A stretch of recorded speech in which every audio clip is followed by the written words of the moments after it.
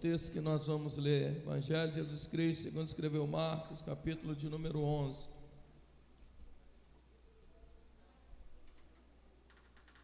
Verso de número 25 e verso de número 26. Aleluia. Leva-nos, Senhor, à sala do teu trono e nos permita permanecer lá. Aleluia. Glória a Deus. Só um reflete aqui no telefone, eu não consigo ler. Só o do meio.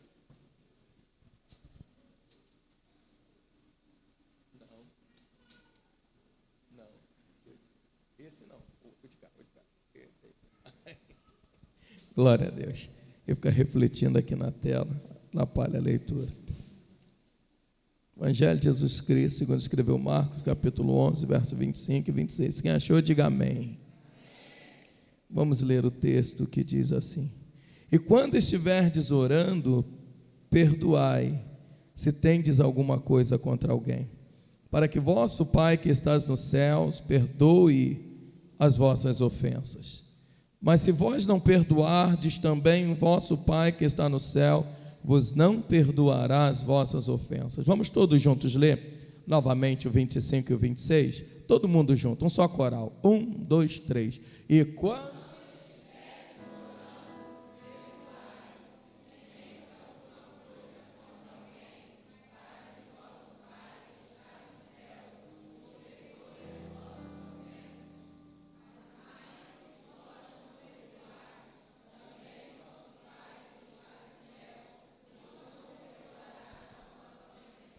Curva a sua fronte, feche os teus olhos. Espírito Santo, nós elevamos as nossas vozes em oração a Ti, te bendizemos, porque a Tua presença é sentida nesse lugar e os nossos corações se alegram, porque Tu estás conosco na casa.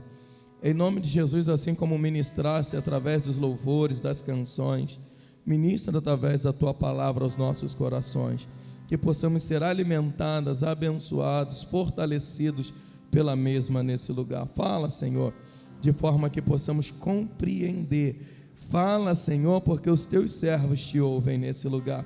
Os nossos corações estão disponíveis para receber a tua palavra, o teu ensino, em nome de Jesus. Em nome de Jesus. Podeis assentar glorificando ao Senhor. Querido, como nós temos vindo pregado uma sequência no Evangelho de Marcos, esse texto não é diferente. Se nós começarmos a analisar o texto pela perícope anterior, nós vamos perceber que Jesus, ele se aproximando de Betânia, ele vê de longe uma figueira e sente desejo de observar essa figueira mais de perto. Marcos fala que Jesus observa uma figueira com muitas folhas verdejantes de longe. E aquilo chama a atenção de Jesus, porque aquilo não era a época de figos. E se não era a época de figos, a figueira não deveria ter folhas.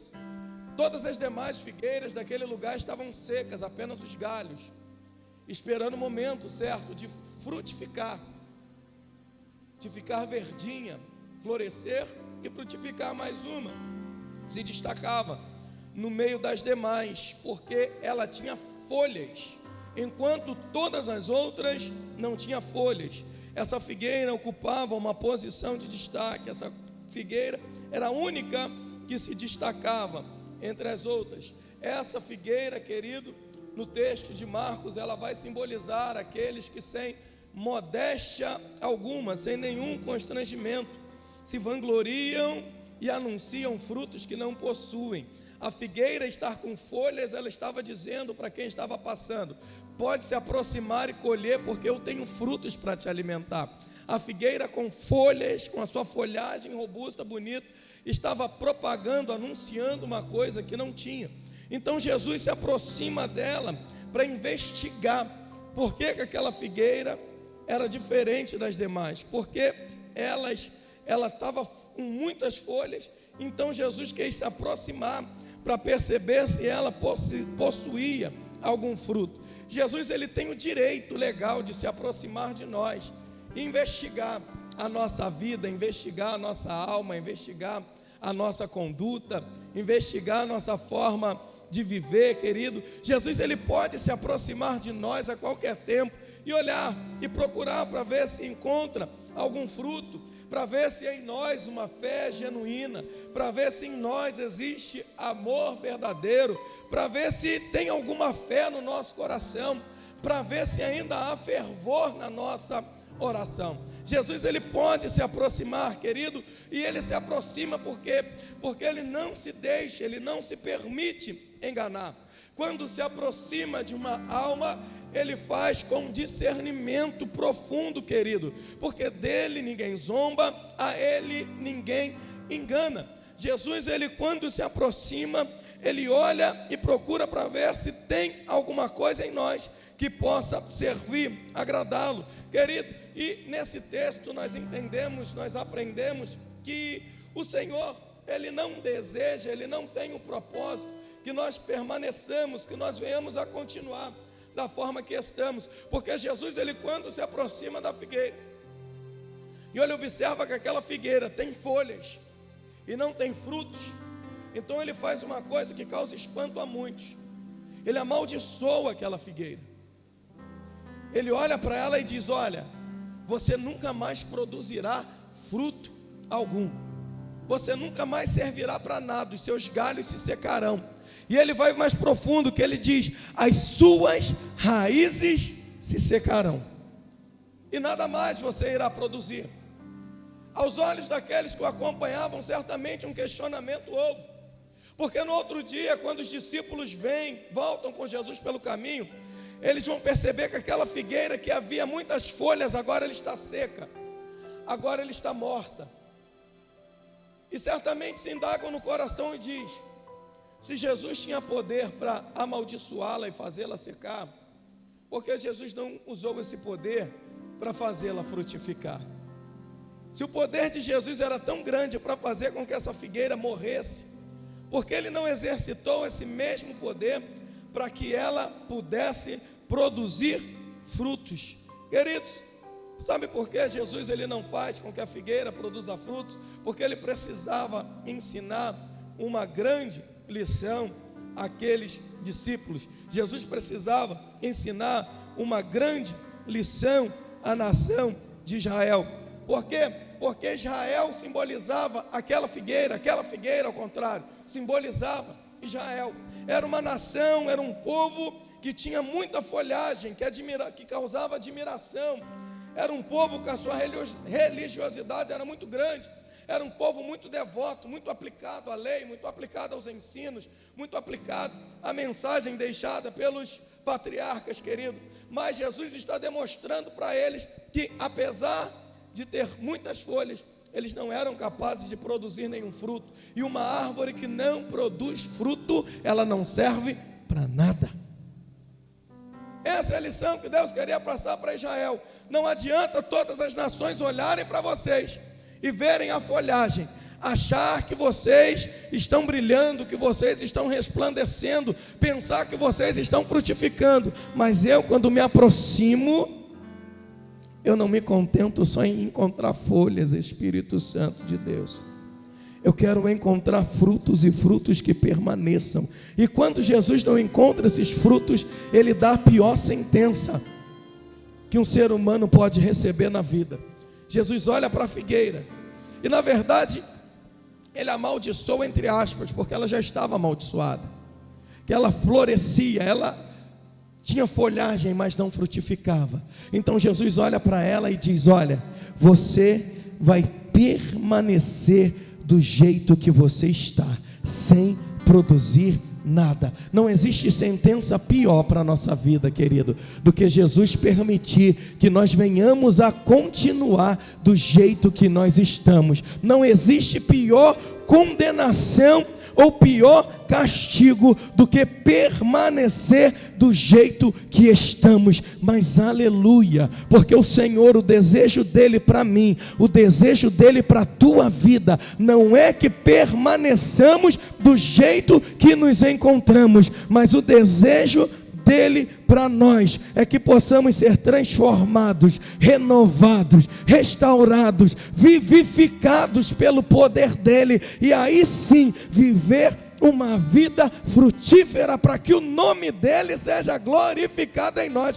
Então olha para a pessoa que está do teu lado, estenda a mão para ela e fala assim, ó: Jesus não te chama para que você continue do jeito que você está, mas ele te chama porque ele quer te transformar em nome de Jesus. Essa é a maior dádiva e graça de Deus. Ele nos encontra e nos recebe do jeito que estamos. Você pode estar quebrado, moído, cheio de defeito, cheio de problema, não tem nada demais. Jesus recebe, Jesus aceita, querido. Se tem uma coisa que Jesus gosta, é de gente defeituosa. Ele gosta. Ele gosta de gente defeituosa. Mas entenda uma coisa: quando nós abrimos o nosso coração para Ele, Ele jamais vai permitir com que continuamos defeituosos. Aleluia, porque Ele vai nos moldando, Ele vai nos transformando, Ele vai nos aprumando, Ele vai nos colocando no lugar que Ele deseja, Ele vai nos colocando na posição que Ele quer, Ele vai fazendo com que deixamos de ter apenas folhas e possamos produzir frutos, porque o que alimenta, o que faz a diferença, não é a roupagem, não são as folhas, mas os frutos que nós produzimos. Você consegue entender isso? Não adianta ter dons, não adianta ter talento, não adianta ter muito conhecimento e não produzir frutos. São apenas folhas, é apenas folhagem. Falar bonito, cantar bonito, pregar bonito, apenas folhagem. Ter muitos talentos, apenas folhagem, chama atenção, você se torna um destaque. Mas quando Jesus olha, Ele não está preocupado se você canta na terceira, quarta, quinta, oitava. Ele não está preocupado se você é capaz de fazer um sermão de 2 horas sem enfadar o povo. Ele não está preocupado se você é capaz de gerenciar grandes grupos e realizar grandes obras. Não, Jesus, Ele está olhando para você, Ele está olhando para mim, e Ele está procurando frutos. Ele está falando: o que você, oh Espírito Santo, Ele está olhando para mim, para você, cadê os frutos? E não é fruto que brota e daqui a pouco cai, não cresce, não. Ele procura frutos, e frutos que permaneçam para a glória do nome dEle. Mais importante do que ter folhagem é frutificar a igreja do Senhor. Jesus, Ele não quer que nós continuamos do jeito que nós nos encontramos. E na sequência dessa lição da figueira, Jesus então vai aproveitar para falar com o povo: olha, existe uma forma da vida de vocês avançarem, de vocês não continuarem do jeito que estão. Israel não pode ser apenas uma nação religiosa, uma nação que é o berço onde nasceu o Messias. Israel não pode ser apenas a nação da promessa. Israel precisa ser uma nação que faça diferença na essência. E como que vocês conseguem fazer isso? É a sequência da narrativa de Marcos. A primeira coisa que ele vai falar: olha, é necessário que vocês se aproximem de Deus. Parece que Marcos aqui, ele tinha lido João, mas não tinha, porque o primeiro evangelho é Marcos. João vai escrever depois de Marcos.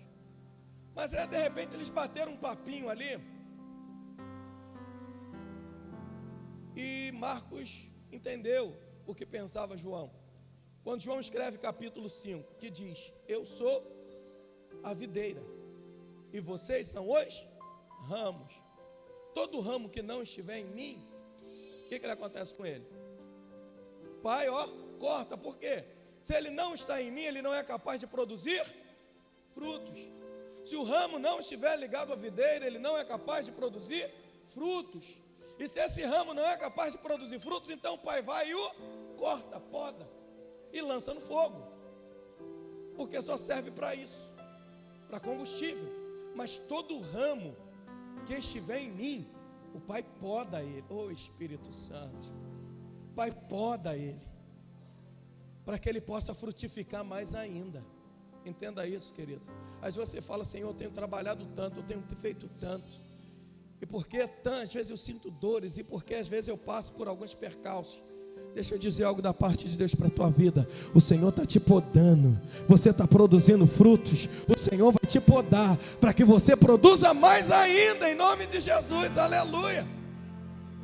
Porque Ele não vai se contentar que você produza apenas 10 por 1. Ele não vai se contentar com que você produza apenas 50 por 1. Mas o Senhor vai te podar para que os seus frutos sejam 100, a 1000 por 1, em nome de Jesus. Para que você seja uma árvore muito frutífera para a glória do Pai. O crente precisa entender que a poda dói.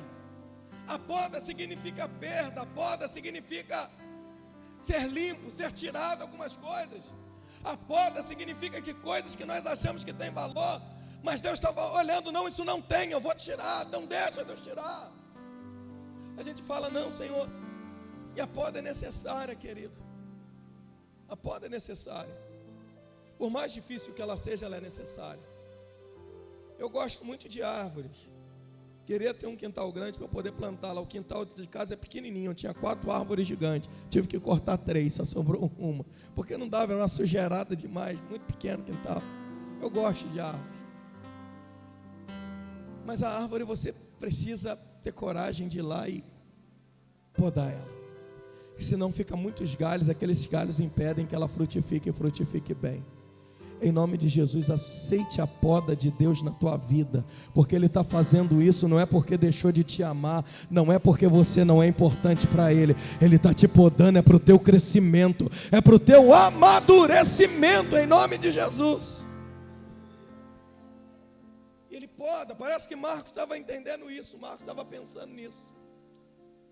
Então ele faz com que a árvore seque, a árvore morra, para poder ensinar uma grande lição. Olha, para vocês serem frutíferos, a primeira coisa que vocês precisam, a sequência de Marcos, antes do texto que nós lemos, ele vai dizer, vocês precisam ter fé em Deus. Olhe para alguém do teu lado aí e fala para ele, ter fé em Deus. E Marcos vai narrar e vai dizer que Jesus fala para os discípulos, olha, se vocês tiverem a fé do tamanho de um grão de mostarda, direis a esse monte, ergue-te, lança-te no mar. Aí alguns vão dizer, sentido figurado, sentido alegórico do texto.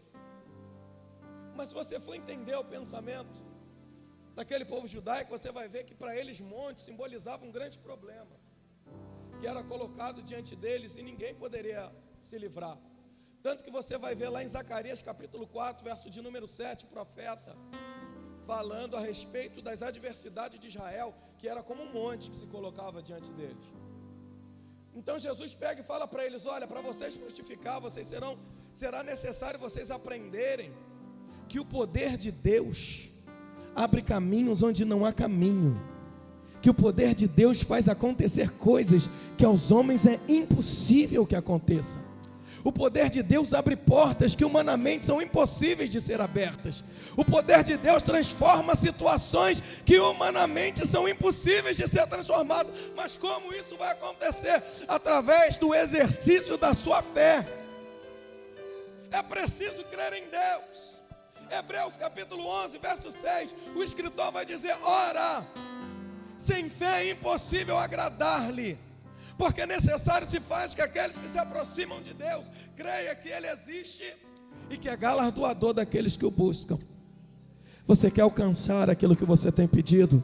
Você quer ver o milagre acontecer na tua casa? Você quer ver a bênção se manifestar na tua família? Você quer ver as portas sendo abertas diante de você? Você quer ver a sua vida sair do lugar que está e prosperar em nome de Jesus? Exerça a sua fé em Deus, aleluia. É preciso crer, é preciso confiar. Eu vou me aproximar de Deus crendo que Ele é poderoso para fazer, não importa o tamanho do monte, é isso que Jesus está dizendo. Na mentalidade do judeu, uma montanha era impossível, um problema muito grande, era impossível de ser vencido, ser rompido. Mas Jesus fala, olha, se você tiver a fé de um tamanho de um grão de mostarda, você vai dizer para esse monte, levanta, ergue-te e lança-te no mar, crendo no teu coração, assim se fará. Em nome de Jesus eu profetizo sobre a tua vida. O Senhor vai despertar no teu coração uma fé sobrenatural, uma fé que vem do alto, uma fé que vem de Deus. Você vai sair daqui, aquele problema que está te fazendo sofrer, aquele problema que está te fazendo chorar, aquele problema que parece que não tem solução, em nome de Jesus você vai ordenar sobre ele e ele sairá em nome de Jesus. Fé, exercitar a fé. É impossível, não tem jeito, não tem como sair daqui, isso, a situação não tem como mudar, ele não tem condição de ser salvo, ele não tem condição de ser curado, ele não tem condição de ser liberto. Em nome de Jesus, monte, eu te ordeno, erga-te, sai do meu caminho, lança-te no mar, porque o meu Deus é poderoso para fazer, Espírito Santo. Primeira coisa, exercitar a fé. A segunda coisa, querido, estou correndo bastante, que eu quero tirar um tempo para nós orarmos. Segundo ponto é o texto que nós lemos, versos 25 e 26. Hoje a introdução foi rapidinho, consegui chegar no texto antes de 40 minutos. O segundo ponto dessa mensagem, primeira lição que nós aprendemos para ter uma vida frutífera é ter fé em Deus. O segundo ponto que nós aprendemos para ter uma vida frutífera e abençoada é sermos capazes de perdoar uns aos outros. Eita Deus, é o texto que nós lemos. Olha para alguém do teu lado aí, para ele, ó, ponta o dedinho assim e fala: é preciso perdoar. Não, mas com esse desânimo ele não vai levar a sério não. Faz cara de bravo, fala: é preciso perdoar. Arrasta a voz se for preciso. É preciso perdoar. É preciso, é necessário, perdão. O texto que nós lemos, cara, a verdadeira oração, ela envolve tanto fé quanto perdão. A fé e o perdão precisam caminhar juntos. Por quê? Se eu tenho fé em Deus e eu quero me relacionar com Deus, eu preciso entender uma verdade. É impossível ter relacionamento com Deus, ter relacionamento com o céu, e não ter relacionamento com meu irmão na terra. É impossível ter comunhão com Deus e não ter comunhão na terra. Não há comunhão na vertical sem comunhão horizontal. É isso que Deus está falando. Você pode até ter a fé do tamanho de um grão de mostarda, mas a sua oração não vai ser ouvida se não houver comunhão na horizontal, Espírito Santo. É impossível se relacionar com Deus sem ser capaz de nos relacionarmos com os nossos próximos, com o nosso próximo. Porque o relacionamento com Deus, ele se materializa no nosso relacionamento com aqueles que estão à nossa volta. É o que João vai dizer na sua primeira epístola, no capítulo 4, no verso de número 20. Se alguém diz que ama, não sou eu que estou dizendo, é João. Se você não acredita, pode ler lá. Primeira epístola, capítulo 4, verso 20. Se alguém diz que ama a Deus, mas aborrece o seu irmão, ou odeia o seu irmão, em algumas traduções, a Bíblia diz que ele é o quê? Não ouvi, fala mais alto, ele é o quê? Porque se ele não é capaz de amar o irmão a quem vê, como ele pode ser capaz de amar a Deus a quem não vê? Meu Deus, Espírito Santo. Texto que o presbítero Edivaldo leu aqui de 1 Coríntios 13, a supremacia do amor, a abertura desse culto da comunhão. Se nós não somos capazes de amar aqueles que estão à nossa volta, como podemos dizer que somos capazes de amar o Senhor nosso Deus? Precisamos refletir sobre isso, querido. Precisamos ouvir sobre isso e entender essa mensagem, porque a falta de perdão, ela desencadeia vários problemas na nossa vida, não só espirituais, mas também físicos. A falta de perdão, ela produz problemas, sim, crises espirituais, mas também ela reflete em problemas físicos. Porque a mágoa, o rancor dentro do nosso coração, ele faz com que o nosso cérebro venha produzir algumas substâncias, querido, e alguns hormônios que vai nos conduzir ao estresse, à fadiga, vai fazer com que as nossas ações sejam prejudicadas e o nosso bem-estar venha a ser prejudicado. Olha só, isso não sou eu que falo não, são especialistas.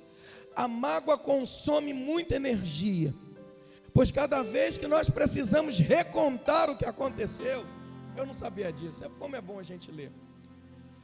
Entenda isso, cada vez que você precisa parar para contar a história triste da sua vida para alguém, o seu cérebro faz com que o teu corpo vivencie novamente todas essas emoções, e faz com que você não consiga distinguir se isso aconteceu há 3 anos atrás, ou se está acontecendo agora. O teu sofrimento, ele se renova, perceba, o que a falta de perdão faz, ele faz com que o sofrimento seja continuado. Você chorou lá atrás quando te magoaram, você chorou ontem, e você quer continuar chorando hoje, meu Deus. Parece que você gosta, se apegou ao sofrimento, se apegou à dor, você fica remoendo, revivendo isso, repetindo essa mesma tristeza, essa mesma dor. Mas me traiu, mas me falou assim, mas fez assim comigo, e você fica nutrindo aquilo na tua alma, te causando dor, te causando sofrimento, te fazendo chorar. Você não consegue avançar, você não consegue ir para frente, sabe, querido? E quando na verdade nós podemos fazer isso, é como se fosse, metaforicamente falando, apenas uma televisão, querido. Você está vendo ali alguma coisa, se aquilo não te agrada, o que é que você faz? Pega o controle e muda de canal, é ou não é? Muita gente falava no passado, hoje ainda até alguns dizem que a televisão é do diabo. A televisão é do diabo, irmão. A televisão não é nada do diabo, irmão. Você que pode torná-la, ela, uma porta do inferno na tua casa, dependendo do que você vê. Mas a televisão pode passar de tudo, é você quem vai escolher o que você quer ver. Você bota lá, vai ver Discovery, os bichinhos correndo lá na África, vai relaxar, em nome de Jesus. Para que você vai ficar vendo coisa que te faz sofrer? A mesma coisa na tua vida. O Espírito Santo te trouxe nesse lugar nessa manhã, porque Ele quer te dizer, você não precisa ficar revivendo os traumas do teu passado, você não precisa ficar remoendo as tristezas que aconteceram na tua vida. O Senhor nessa manhã, Ele quer te fazer mudar de página, mudar de canal, em nome de Jesus, porque Ele tem histórias felizes para você viver, e para te fazer lembrar na presença dEle, em nome de Jesus. Para que se lembrar daquilo que só te faz chorar? Mas faça como o profeta Jeremias em Lamentações 3:21, eu quero trazer à memória aquilo que me dá esperança. Aleluia, oh Espírito Santo. Para que eu vou ficar trazendo à memória o mal que me fizeram? Para que eu vou ficar trazendo à memória as feridas que me causaram? Para que eu vou ficar trazendo à memória as traições, as perdas, as dores? Para que eu vou ficar trazendo à memória as coisas de ruim que aconteceram na minha vida?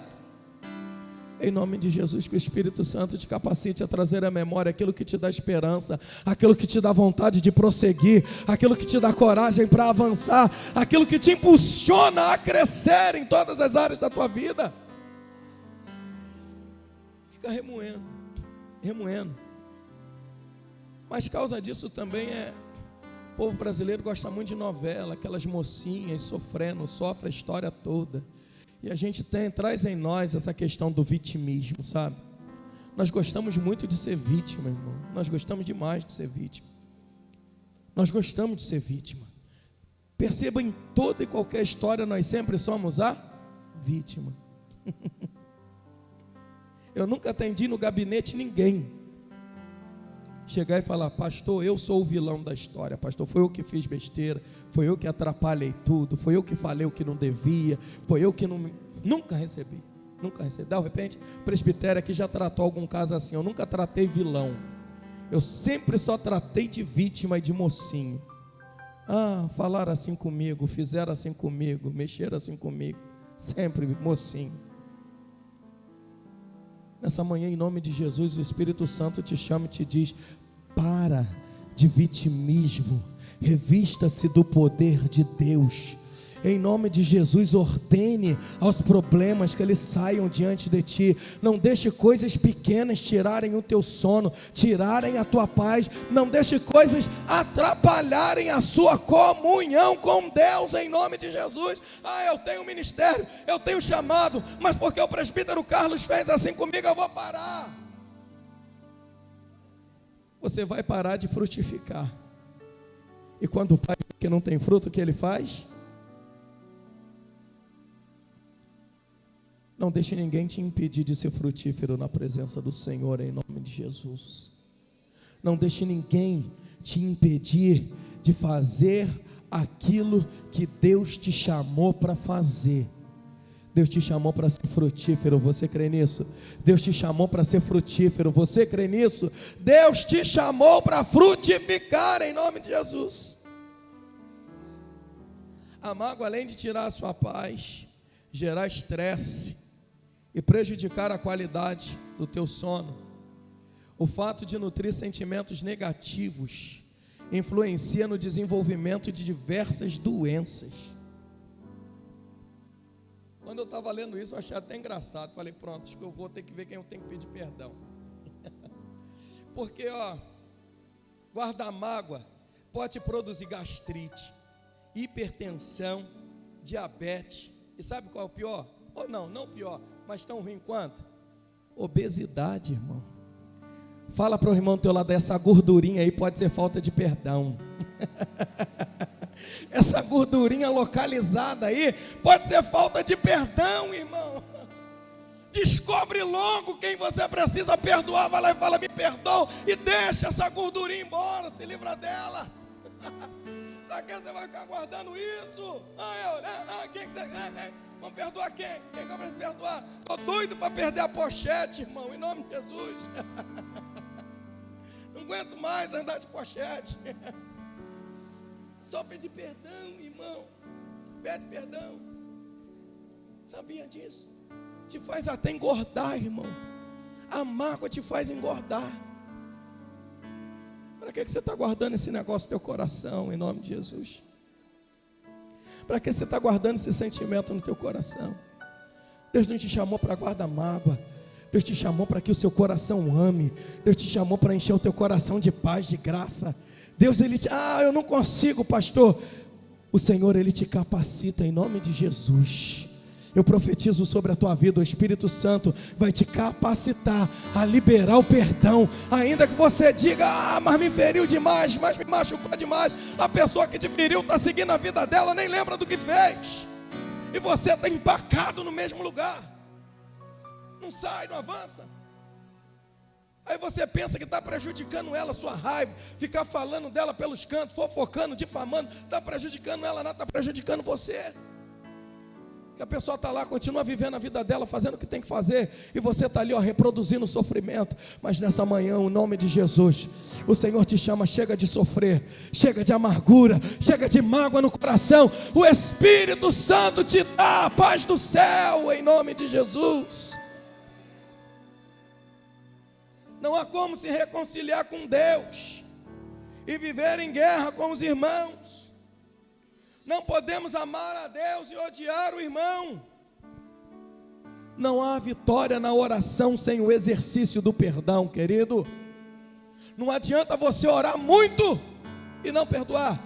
Você vai orar 24 horas no dia e a história não vai mudar, porque tem coisas que só vão mudar quando você ir lá e falar, meu irmão, me perdoa em nome de Jesus.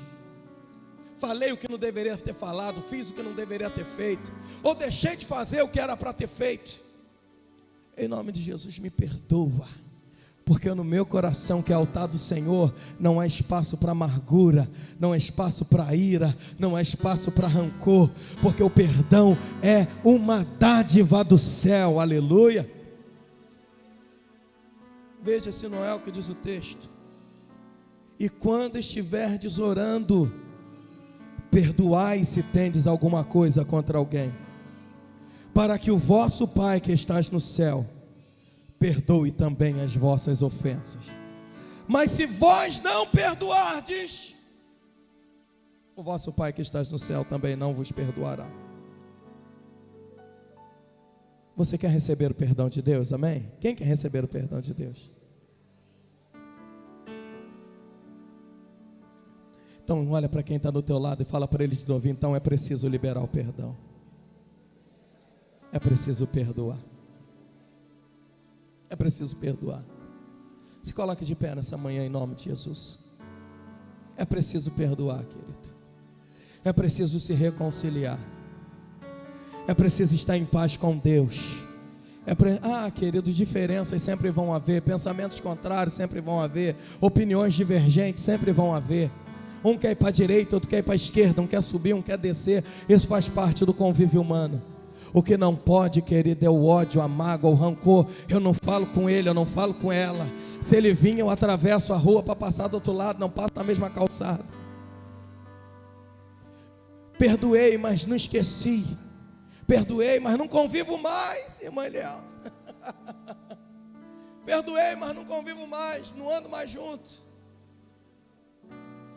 Não. A oração que Jesus nos ensina em Mateus capítulo 6, verso de número 12, ele diz: perdoa as nossas ofensas, assim como nós perdoamos aquele que nos tem ofendido. É ou não é o que está lá? Perdoa as nossas ofensas. Olha o paradigma, olha a comparação. Assim como nós perdoamos aquele que nos tem ofendido. Para receber o perdão é preciso perdoar. Para receber o perdão é preciso aprender a perdoar. Se recebemos a graça de Deus, é preciso também transmitir essa graça ao nosso próximo, querido. O irmão que está do teu lado, ele não é pior e nem melhor que você. Ele é pecador igual a todos nós, dependente da misericórdia e da graça dele. Então, em nome de Jesus, que sejamos capazes de perdoar uns aos outros, amar uns aos outros e viver na comunhão, na horizontal, para que a comunhão na vertical prevaleça em nome de Jesus. Dê o ministério de louvor, vem aqui à frente. Nós vamos orar ao Senhor.